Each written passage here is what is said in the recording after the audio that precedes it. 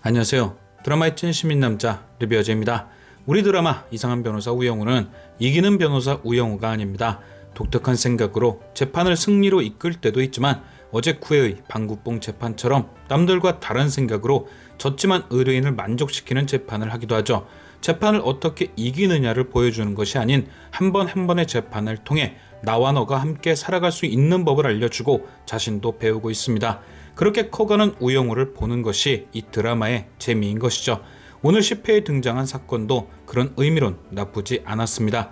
비록 재판에 지긴 했지만 시청자는 장애인과 비장애인의 사랑에 대해 깊게 생각해볼 기회가 생겼고 영우는 영우대로 자신이 할 사랑에 믿음을 갖기 시작했죠. 오늘 10회는 딱 이렇게 정리할 수 있을 것 같습니다. 해모바와 양모바의 사랑을 인정해줘야 하나요? 그리고 드라마는 그 질문의 답이 투명해질 수 있도록 하나의 장치를 설치한 듯 합니다. 바로 양정일에게 제비 같은 플레임을 씌운 거죠. 10회에는 두 가지의 시가 등장합니다. 바로 이준호와 양정일, 두 사람 다 장애인을 사랑하고 있죠. 하지만 한쪽은 굉장히 바르고 상대방을 배려하는 반면 다른 한쪽은 상대방을 사랑한다지만 그 과정이 굉장히 불순합니다. 당연히 두 커플에 대한 반응은 다를 수밖에 없습니다. 시종일관 영우에게 맞춰주고 배려하는 준호의 사랑은 마지막 키스신이 너무 아름다워 보일 정도로 인정을 받고 혜정이의 명의로 카드를 만들어 모든 걸 그 카드로 해결하고 심지어 배려 없는 하룻밤을 보낸 양정일의 사랑은 징역 2년이라는 실형을 선고받죠. 그렇다면 과연 이준호의 사랑은 찐사랑이고 양정일의 사랑은 가짜일까요? 단순하게 양정일이 하는 짓이 제비이기 때문에 그의 마음까지 가짜라고 하는 게 정답일까요? 그렇다면 만약 신혜정의 남자친구가 제비 양정일이 아닌 이준호였다면 신혜정의 엄마는 둘의 사랑을 인정했을까요? 아니었겠죠. 혜정의 엄마는 극 중에서도 등장했다시피 혜정이를 모든 남자들에게서 보호하고 싶어합니다. 결론은 두 사람의 배려 차이가 답이 아니라는 거죠. 답은 왜 보호라는 이름 아래 그들의 의견을 마음대로 해석하냐는 것이 아닐까 합니다. 물론 보호도 필요합니다. 중간에 증인으로 나왔던 의사의 말처럼 그들은 스스로를 지킬 힘이 부족할 수 있으니까요. 하지만 그 기준이 너무 타인에 의한 판단으로만 정해진다는 게 아쉬웠습니다. 단순히 IQ 63의 초등학교 6학년의 지능 정도라서 혜정이의 의견을 마음대로 해석하는 건 안 된다는 거죠.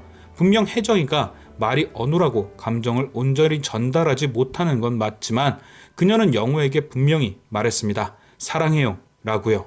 그리고 그 사람이 감옥에 가지 않았으면 좋겠다. 첫 진술에서 엄마가 그러라고 시켰다는 등 자신의 의견은 명확히 전달했습니다.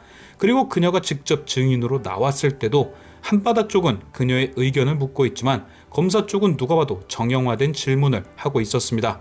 마치 이런 사건에 꼭 해야 하는 질문처럼 말이죠.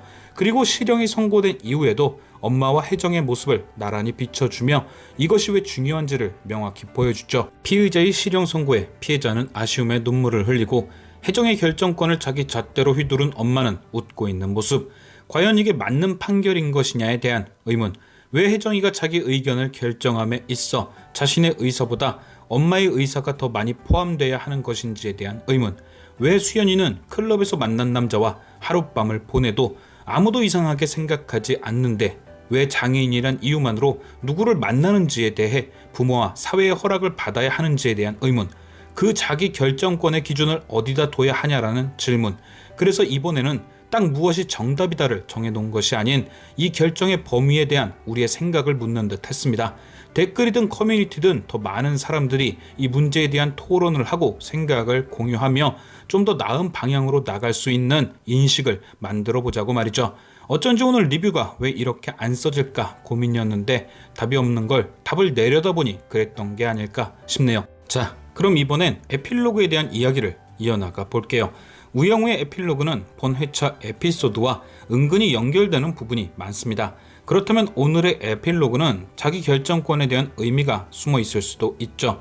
오늘 태수미는 우광우에게 무슨 배짱인지 몰라도 굉장히 날카로운 말들을 던지고 갔습니다. 어제 리뷰에서 태수미의 입장도 들어봐야 한다는 제 말을 들은 것처럼 아주 강렬한 자기 입장을 밝히고 떠났죠. 지난 8회 영우를 만난 뒤 눈물 짓던 태수미는 어디 간 건지 전혀 딴 사람이 되어 나타난 태수미. 오늘 태수미는 우광우에게 영우를 데리고 보스턴으로 떠나라 했습니다. 그곳이 자폐 스펙트럼 장애에 관한 인식도 좋고 커뮤니티도 활발하다면서 영우에게 좋은 환경이 될 거라 말했죠. 저는 태수미의 이 모습을 보면서 혜정이의 엄마가 떠올랐습니다. 자신의 딸을 세상으로부터 지킨다는 이유로 자신의 딸이 가진 의견 따위는 의사 표현으로 받아들여 주지도 않는 자기 중심적인 엄마. 가만히 생각해보면 영우를 처음 만났을 때도 그랬습니다. 팽나무 밑에서 두 사람이 머리를 쓸어 넘기고 함께 담소를 나누는 아름다운 장면 이후 보여줬던 장면이라 좋게 보였던 거지, 26년 만에 만난 딸에게 첫 질문이 날 원망했니? 라는 건 너무나 자기 중심적인 것 아닐까요? 잘 지냈니? 어떻게 지냈니? 행복했니? 등등 영우의 입장을 먼저 물어보는 게 아니라 날 원망했니? 라며 딸이 날 어떻게 생각했을까를 먼저 물어봤으니까요.